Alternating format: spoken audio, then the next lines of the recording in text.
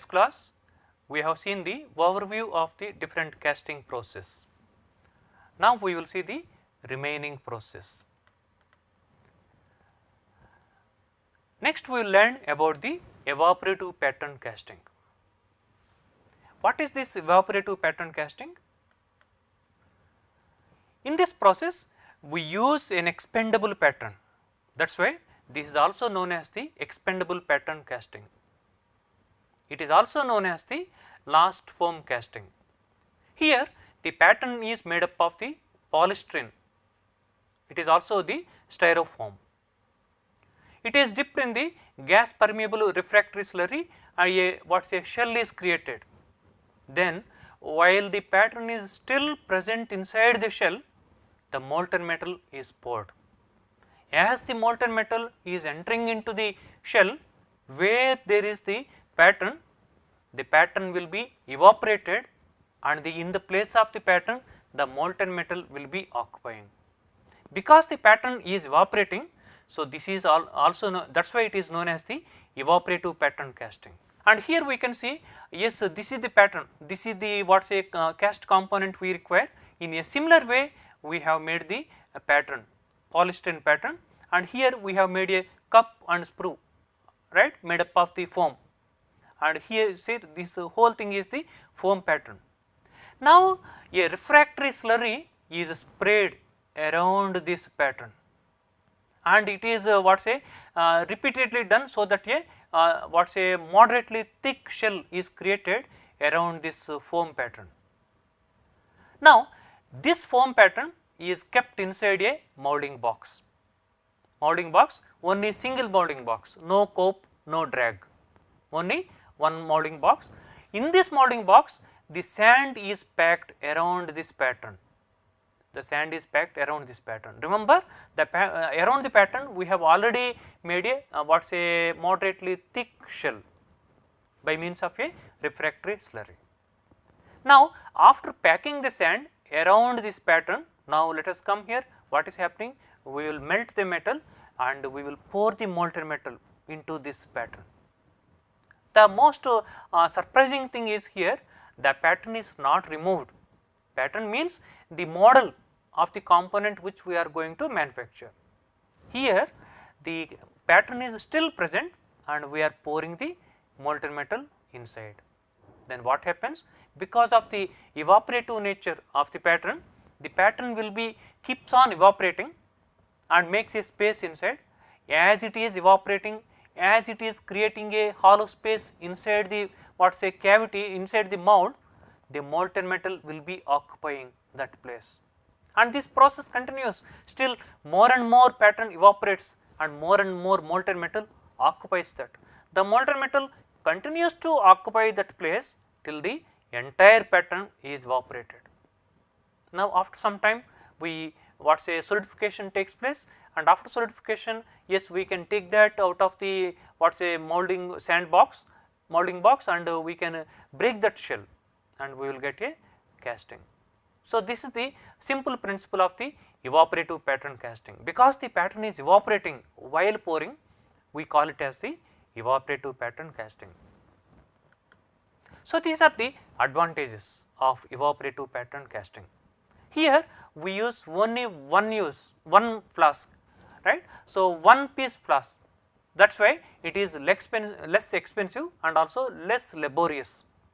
In the case of the sand moulding process, we use generally two moulding flasks, one the lower moulding box, that is we call it as the drag, and the upper moulding box which we call it as the cope. So we have to assemble them carefully, otherwise there will be some displacement between these two boxes. Here such problem won't arise, only one piece flask. Next one, used for precision castings of ferrous and non-ferrous metals. Both ferrous and non-ferrous metals can be cast, and that too we get a very good precision.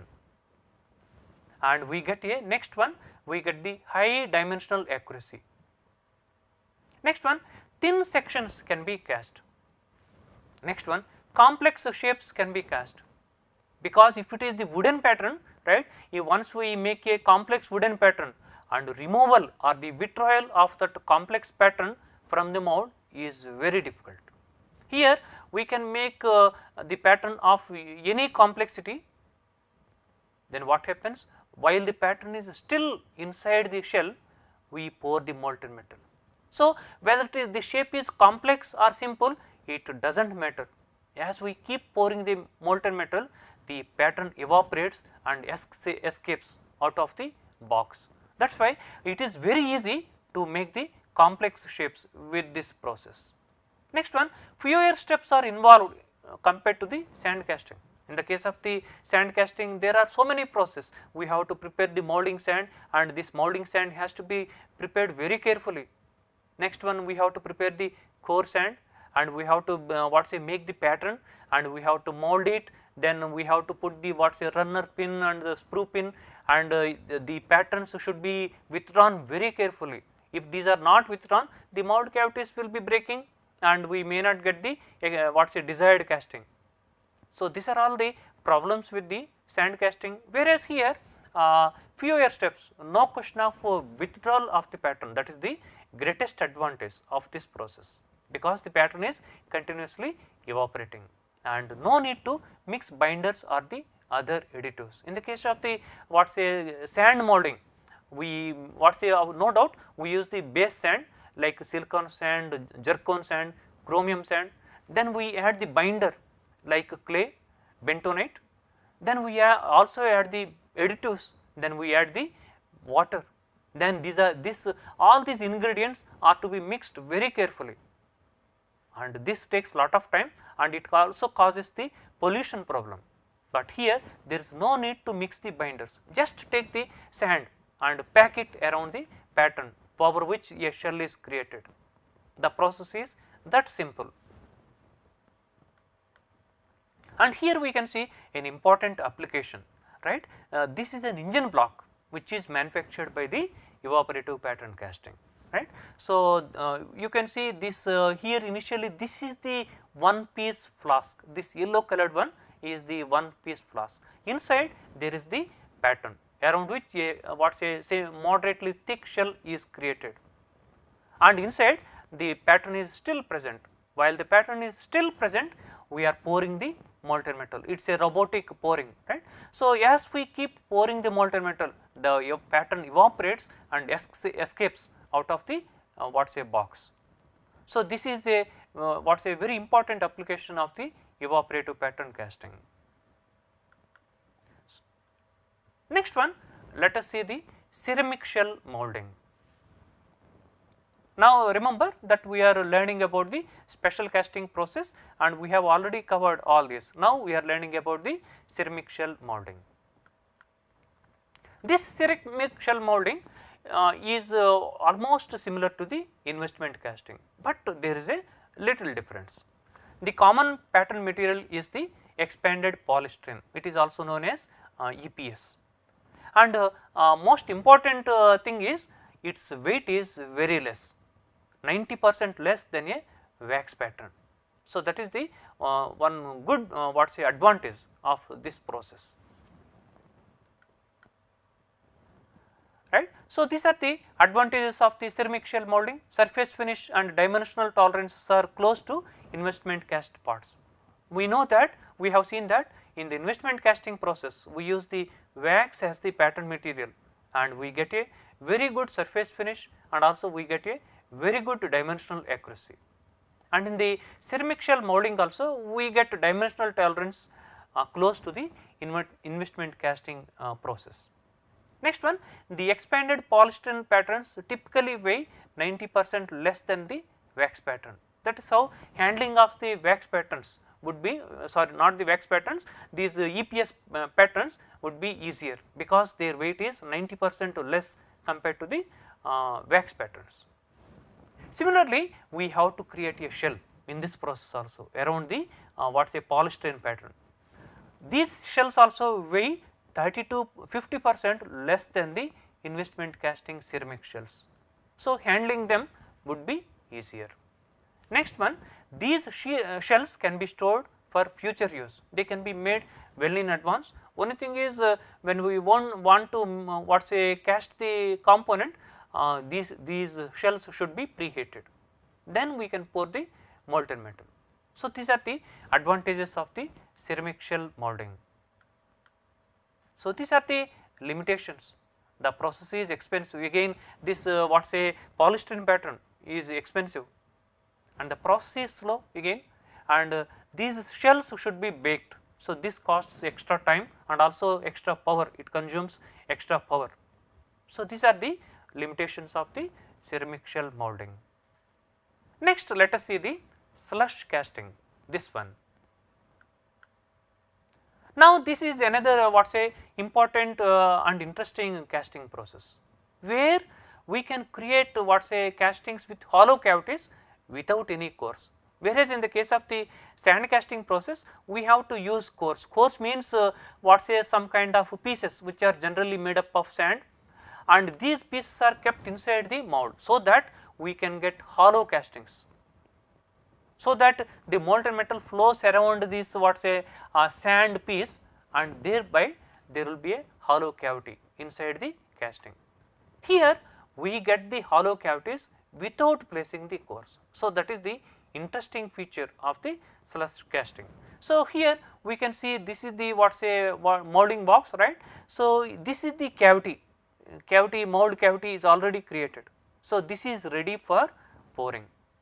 Now, here let us see what is happening. The liquid metal from the interior of the casting is poured, right, and before it solidifies, then what happens? It is made upside down. Means the solidification starts from the mold wall, and slowly the what say solidification increases, and once the solidification reaches a what say thickness of a maybe few mm, inside still the molten metal is there, then we make the molding box upside down.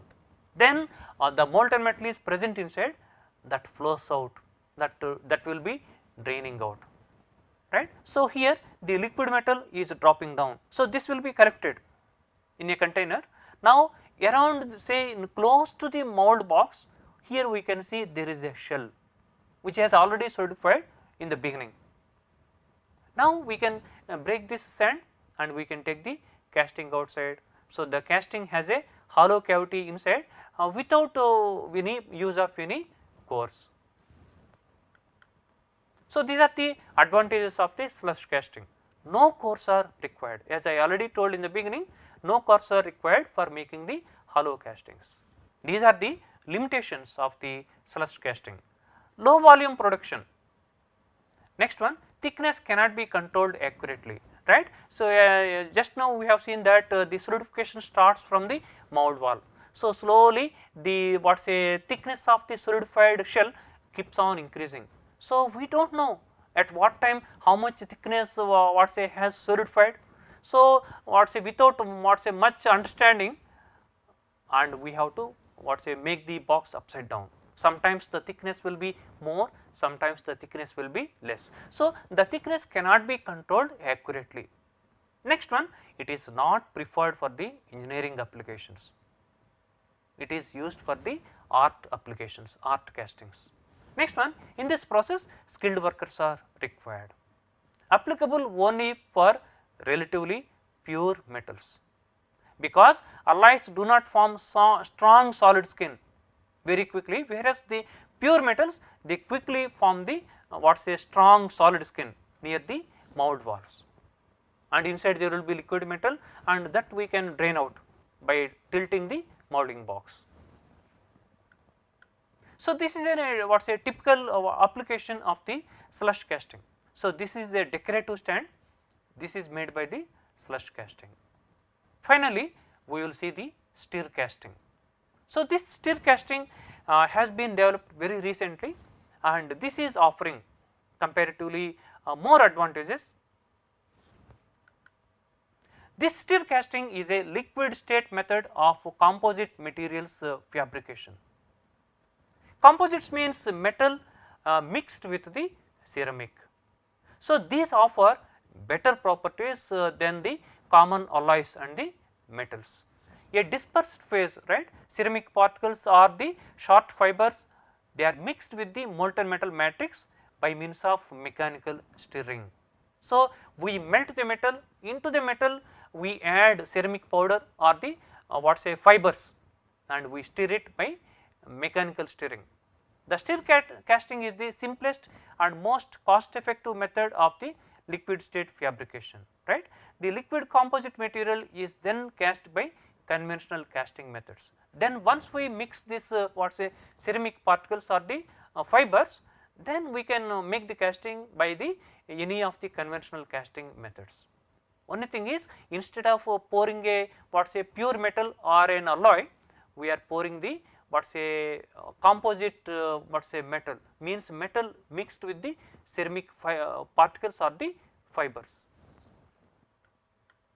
So, here we can see, so this is the typical setup of the stir casting process, and this is the what say molten bath, this is the crucible, and here the molten metal is present, and here we can see the powdered, right, ceramic particles are continuously added to the molten metal, and here we can see a stirrer which is driven by a DC motor. So, this has got a blade, and as it is continuously rotating, this mixture or this melt is continuously stirred, and after some time, so this is the what say bath of the molten aluminum, right. So, after some time, this bath of the molten aluminum, this melt will be taken and it will be poured into most of the what say poured into the most of the what say conventional molding methods. Now, these are the applications of the stir casting. Stir casting is used for making the composite castings. Remember that composite means metal mixed with the ceramic. Friends, till now we have seen the what say classification and overview of different casting process. We are going to learn in detail about all these casting process in the subsequent lectures. We have seen the overview of the conventional molding process. We have seen the overview of the chemical sand molding process. We have seen the overview of the permanent molding process. And next we have seen these special casting process, and again we are going to learn all these process in detail in the subsequent lectures. Next, our next topic is the selection of the casting process. Which process to use to make a particular casting? We have several casting process now, right. So, for a particular process, which process would be more what say economical, or more what say which one would give the best what say surface finish or the dimensional accuracy. So, this we need to study. Let us see the sand casting. Sand casting, it is suitable for most types of the metals and alloys except titanium alloys. Next one, it has got the moderate or the simple complexity, right. Very complex castings it is not possible to make with the sand castings. And what about the size? Small, medium or large castings can be made. Less than what say half a kg to 5 tons can be made by sand casting. Quantities in the large, medium or what say small ranges can be manufactured. Maybe if you want 5 castings, yes, you can make 5 castings, or 50 casting or even 1000 castings can be made. So, the flexibility with the quantity is there, flexibility with the weight is there with the sand casting process, and it has got the surface finish is 120 to 350 RMS. So, this is the what is a poor surface roughness. Next one, we need to give a draft to the pattern, that is 0.25 to 5 degrees draft is to be given, so that the pattern can be withdrawn from the mold. And the what say moderate to low casting lead times, the lead time will be moderate to low. Next one, moderate to low casting cost, the casting cost is not very high, it is moderate to low. Next one, the finishing cost is moderate to high, because we get a what is a rough surface finish, we need to machine it. So, it will cost us, right, it is moderate to high. Next one, the gravity die casting, it is suitable for aluminum, copper base, magnesium and zinc alloys, all the non-ferrous alloys, and it is used for the simple complexity, and these small to medium casting sizes can be made 0.5 kgs to 50 kgs. And what about the quantity? Quantity is medium to large ranges, because these what say molds are made up of special steels, and making a cavity in these metallic molds would be a difficult task, and having made this metallic mold with much effort, and if we have to make only a few castings, then it would not be economical. These are the features. Surface finish between 150 to 250 RMS better than the sand casting process. Draft of 2 to 4 degrees is required. Next one, moderate tooling cost. Next one, low to moderate casting cost. Next one, moderate finishing cost. Whereas in the sand casting process the finishing cost is high, whereas here the finishing cost is moderate. Next one, the pressure die casting. It is suitable for aluminum, magnesium and zinc alloys. So there is a difference between the gravity die casting and the pressure die casting. In the case of the gravity die casting, the molten metal flows into the metallic mold by means of the gravity. Here in the pressure die casting we apply external pressure. Because of this external pressure, even if the what say mold cavity contains some complex features, the molten metal will be forced into these complex features. That is how even complex shapes can be made by this pressure die casting, right. Next one, simple to moderate complexity. Next, very small to medium casting sizes, and quantities medium to very large range. Once we make what say these dies, so if we have to make only a few castings, so it would not be economical. The quantity of production should be either medium or it should be large or very large, then only the cost would be economical. So these are the features. Surface roughness between 30 to 90 RMS. So this is better than the sand casting process and also the gravity die casting process. Draft 0.5 to 3 degrees. Next one, high tooling cost, low casting cost and low finishing cost. Next one, the investment casting. It is suitable for iron, steel, aluminum, copper based alloys, high alloy steels, magnesium and titanium alloys. In fact, most of the cast alloys can be made using the investment casting process. Moderate to high complexity, because the pattern is made up of wax, any complex feature can be made, and around that we create the ceramic shell. So the complexity is moderate to high. Next one, very small to medium casting sizes. Very large castings cannot be made, right. Very small castings can be made, small castings can be made and also medium size castings. Quantities is from small to medium range. Very large production is not possible because the process is very slow. The pattern has to be made. Around that pattern we have to give a ceramic slurry coating. This ceramic slurry preparation itself takes a lot of time, then it has to be dried, then it has to be baked. So this process of making the ceramic shell takes about 8 hours prior to after making the ceramic slurry, right. So this process is slow, that is why large production is not possible. Next one, these are the features. Surface roughness is between 63 to 125 RMS. Next one, thickness of the section is 0.75 mm, means thin sections as thin as 0.75 mm can be cast. Next one, moderate to high tooling cost, low to high casting cost and moderate to high finishing cost. Next one, centrifugal casting. This is suitable for steel, aluminum, high alloy steels, copper based alloys. It offers the simple complexity and the components must be axisymmetrical. Small to large casting sizes and quantities in the medium range. Very large production may not be possible. And these are the features. Surface roughness is between 100 to 300 RMS. Draft is 0 to 1 degree.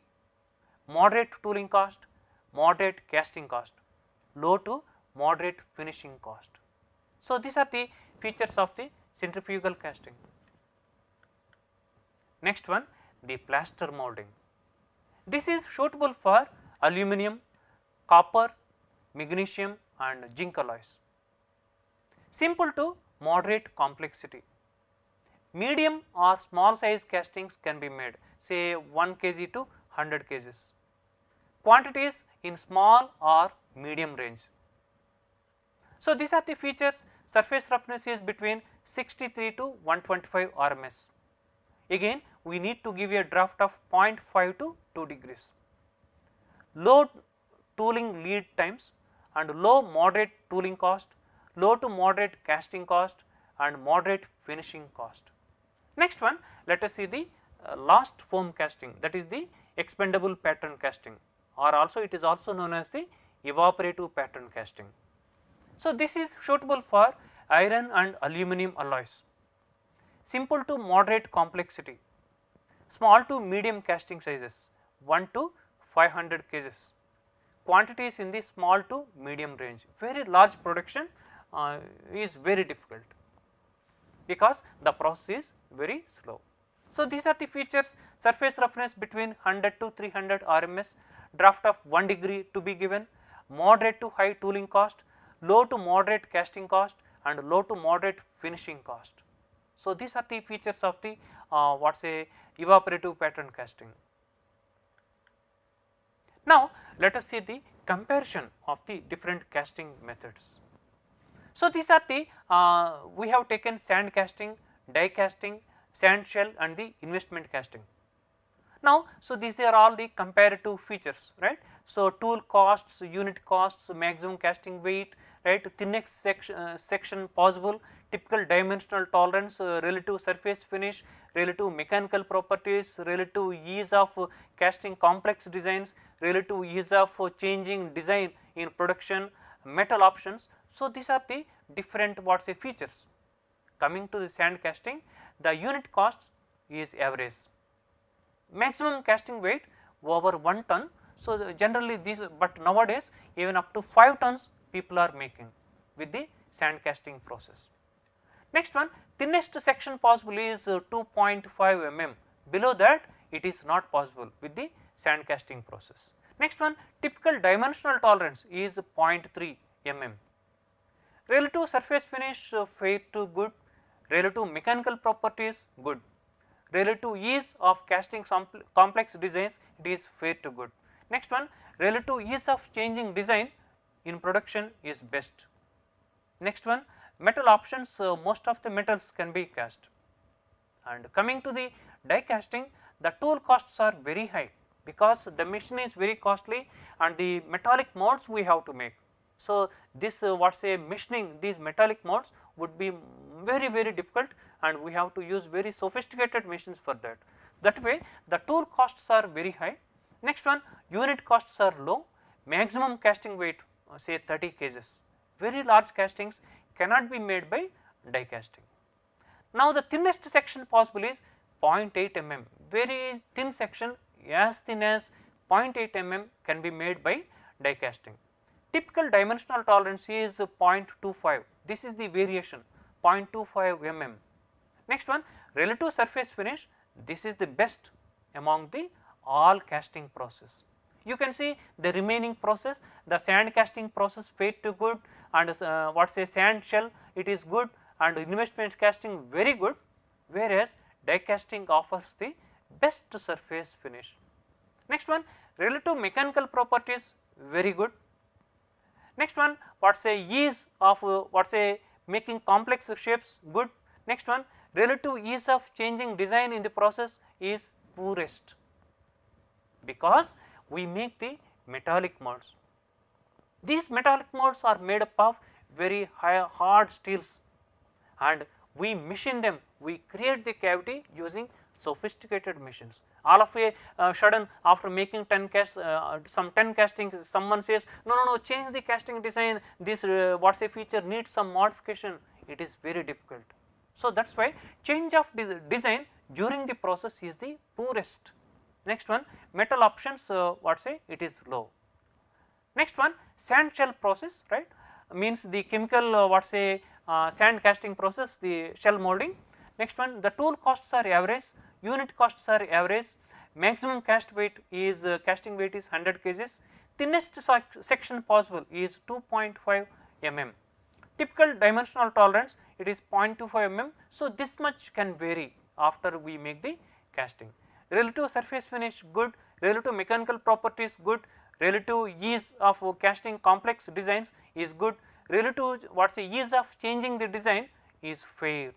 Next one, metal options average, means not the all the alloys, and average number of alloys can be manufactured using this shell molding process.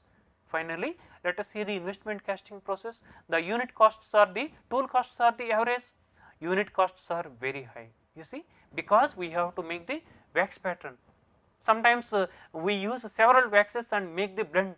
So, these wax patterns are very costly, these wax are very costly. Next one, and next we have to make the ceramic shell slurry, then we have to apply a coating around this wax pattern. So, this the ingredients of the ceramic shell are very costly, that way the unit cost is high. Next one, maximum casting weight is say this is the typical weight 45 kgs, but nowadays even people are making about 300 kgs to 400 kgs in some special cases. Now, the thinnest section possible is 1.6 mm. Typical dimensional tolerance 0.25 mm. This much variation will be there after we make the final casting. Relative surface finish very good. The surface finish that is obtained in the investment casting is next to the surface finish which is obtained in the die casting. Relative mechanical properties are fair. Relative ease of casting complex designs is best. Next one, relative ease of changing design during the production is fair. Next, metal options is very high. As I already told in the beginning, most of the engineering alloys can be made by investment castings. Next one, let us see the economics of the casting process.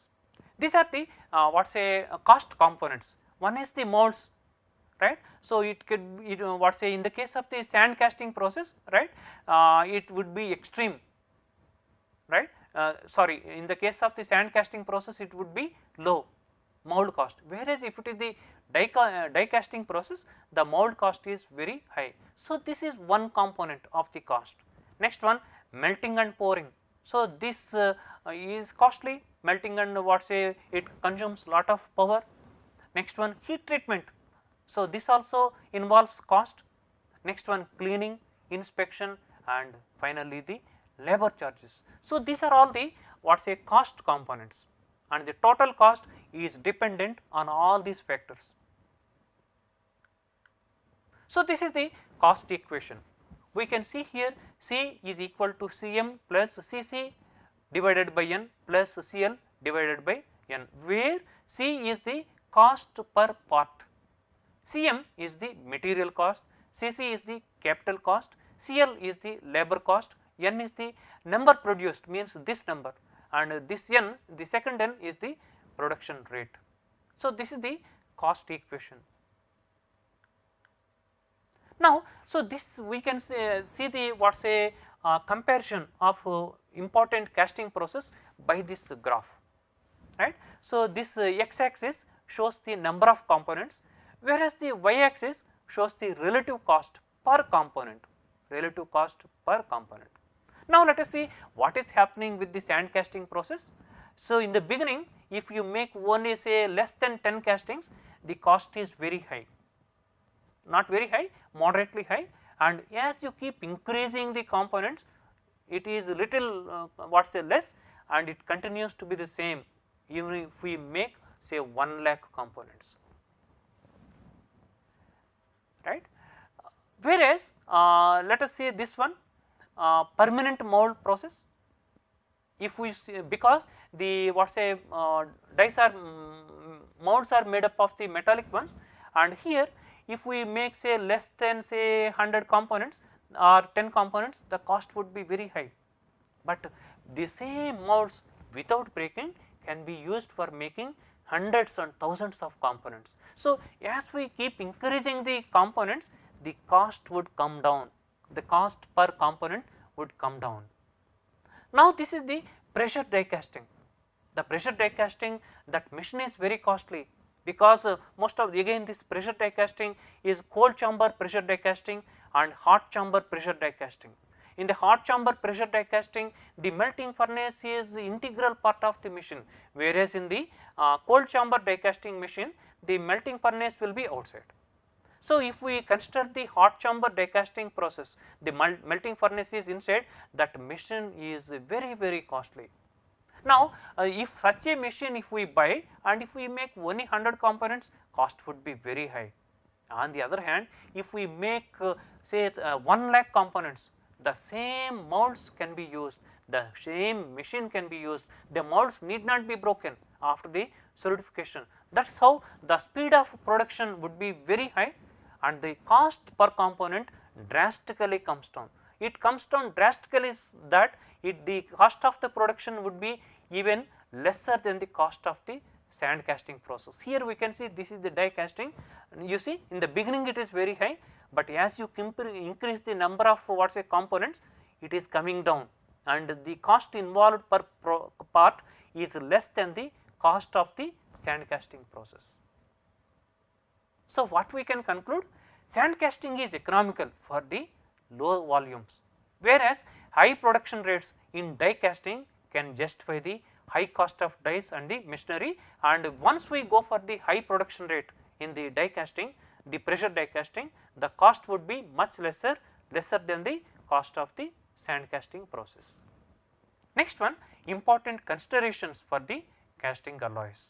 So these are the important considerations when we are making the cast alloys. Casting characteristics are important. Next one, machinability. Casting characteristics means the surface finish, the dimensional accuracy, the ability of making some complex features or the thin sections. So these are the casting characteristics. Next one, machinability. Most of the cast components, after we make the casting, they need the machining to get the required surface finish.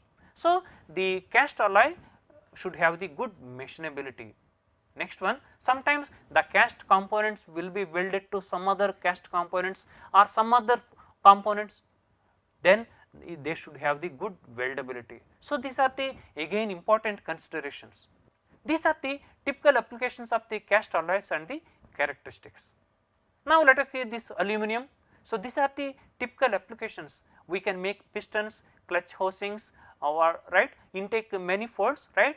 The castability is excellent. E means excellent, G means good, F means fair, VP means very poor, D means difficulty. For the aluminum alloys, the weldability is fair and the machinability is good to excellent. Next one, copper alloys. It is used for making pumps, valves, gear blanks, marine propellers. The castability is fair to good, weldability is fair and the machinability is fair to good. Next one, let us see the ductile iron. This is the typical applications are the crankshafts, heavy duty gears. The castability is good, weldability is difficult and machinability is good. Next, let us see the grey iron. These are the typical applications: gears, brake discs and drums, machine bases. These are manufactured by grey iron or the grey cast iron. The castability is excellent, weldability is difficult and machinability is good. Next one, malleable cast iron. These are the typical applications: farm and construction machinery, heavy duty bearings, railroad rolling stock. These are manufactured by malleable iron and the castability is good, weldability is difficult, machinability is good. Next one, white cast iron. In the white cast iron, in all the cast irons carbon is present. In the white cast iron, carbon is present in the form of the cementite. So because of the presence of this cementite, the white cast iron becomes very hard. So these are the typical applications. This is used for making mill liners, railroad brake shoes.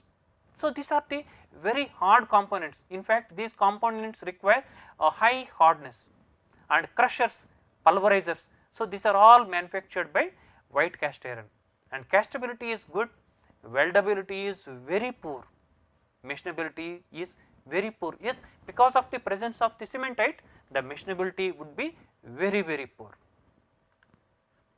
Next, let us see the steel carbon alloys. These are the typical applications: die blocks, heavy duty gear blanks, aircraft undercarriage members. These are the typical applications, and the castability is fair, weldability is excellent, machinability is fair. Next one, steel, high alloy steels. So, these are the typical applications: gas turbine housings, pump and valve parts, rock crusher jaws, and castability is fair, weldability is excellent, machinability is fair. Next one, the magnesium alloys. These are the typical applications: crankcase, transmission housings. The castability is good to excellent, weldability is good, and the machinability is excellent. Next, let us see the remaining alloys. These are the zinc alloys and the nickel alloys. Coming to the zinc alloys, these are the typical applications: door handles and radiator grills. So, these are manufactured by zinc alloys. The castability is excellent, weldability is difficult, and the machinability is again excellent. These are the nickel alloys. These are the typical applications, right? Gas turbine blades, pump and valve components for chemical plants. These are manufactured by nickel alloys. What about castability? Fair. What about weldability? Fair, and machinability is also fair. Friends, with this lecture we have seen the what's a concept of the casting process, the principle of the casting process, and we have seen how the casting process has developed and how it has changed in the what's a past history, right? And different casting process have been developed, and we have seen the classification of these different casting process.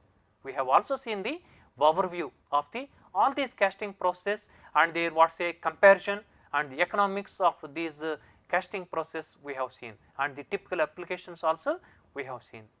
And in the next classes, and we will be concentrating on the what's a each and every casting process in detail we will be learning. Thank you.